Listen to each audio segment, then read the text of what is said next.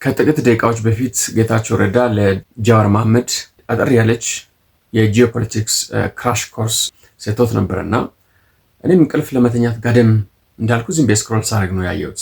ሰሞኑን እንደምታውቁት ጃዋር መሐመድ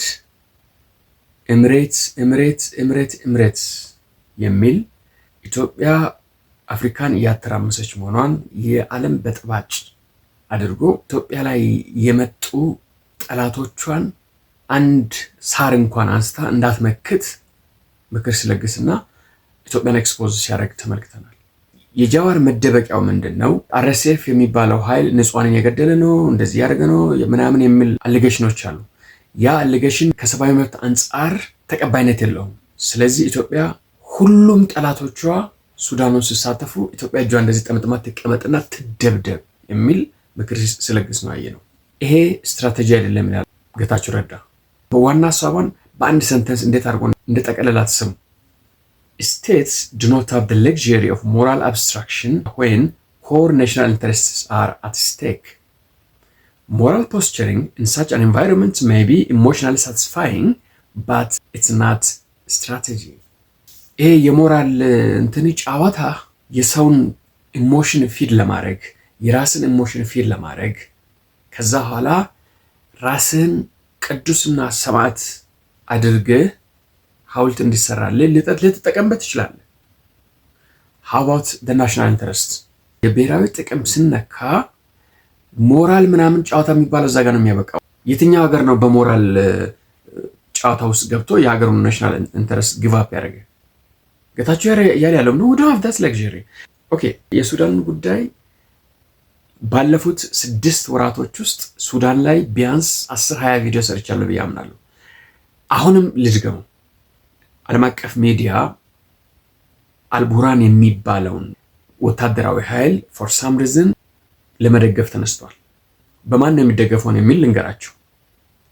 በራቢን ማሊክ የሚባል አክራሪ እስላማዊ ኃይል አለ፣ አሸባሪ ኃይል በኢራን ቀጥተኛ ድጋፍ የሚደረግ ነው።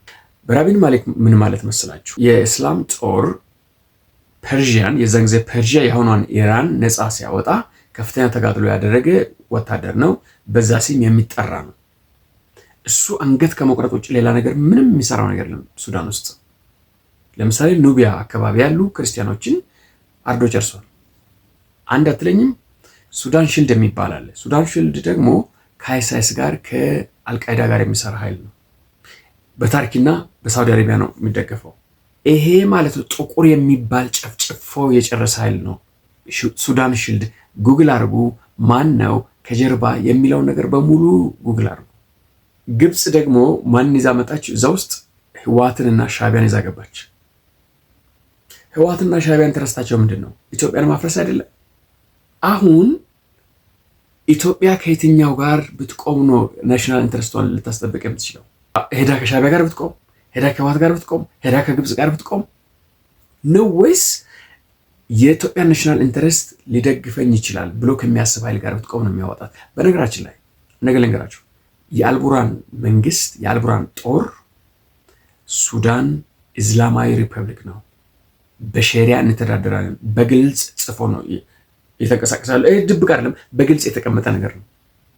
ታሲስ የሚባለው በሐምዳን ደጋሎ የሚመራው የአርኤስኤፍ ኃይል በግልጽ ቋንቋ ደግሞ አክራሪ እስላማዊነት ሱዳንን ደቡብ ሱዳንና ሰሜን ሱዳን ተብሎ የከፈለ እስከዛሬ ያለንበት ጦርነት ውስጥና የማንወጣበት የብሔርና የዘርና የሃይማኖት እልቂት ውስጥ ያስገባን ስለሆነ ሱዳን ሴኩላር አገር ሆና ሁሉም ሰው የፈለገውን ሃይማኖት መከተል ይችላል ተብሎ በግልጽ ህገ መንግስት ተጽፎ አጽድቀው አስቀምጠው እየታገለ ያለ ኃይል ነው። ይህንን ዓለም አቀፍ ሚዲያ ማየት አይፈልግም። ያ ብቻ አይደለም። ኢትዮጵያ በናይል ወይም በአባያ ወንዝ ላይ የራሷ ጥቅም ማስከበር መብቷ ነው። እኛም እንተባበራቸዋለን ያለ አካል ነው። ይህንን ብንደግፍ ምን ጋር ነው ችግሩ? አርኤስኤፍ እኮ እዛ እኮ ምንም ሊያደርግ ይችላል እኮ። ሴቶቹ ገለው ሊሆን ይችላል፣ ጥቁሮቹን ገለው ይችላል። ኤቭሪቲንግ ብዙ ነገር ይገላል እኮ። ከአልቡራን በላይ ግን አይገለም። አልቡራን በጀት ነው ገበያ ደብድቦ ሰው ይጨርሰው። ይሄ የፎሬን ሪሌሽን ሪፖርትን ተመልከቱ። ከአርኤስኤፍ በላይ ንጹህ ዜጋ ጨርሰዋል። ስለዚህ ኢትዮጵያ at the expense of የእኛን ናሽናል ኢንትረስት አረሰፍ ሰው ገደልን እንተዋለን? የትኛው ሀገርስ እንደዛ ትቶ ያውቃል? ጃዋር ፖለቲካ ዜሮ ነህ።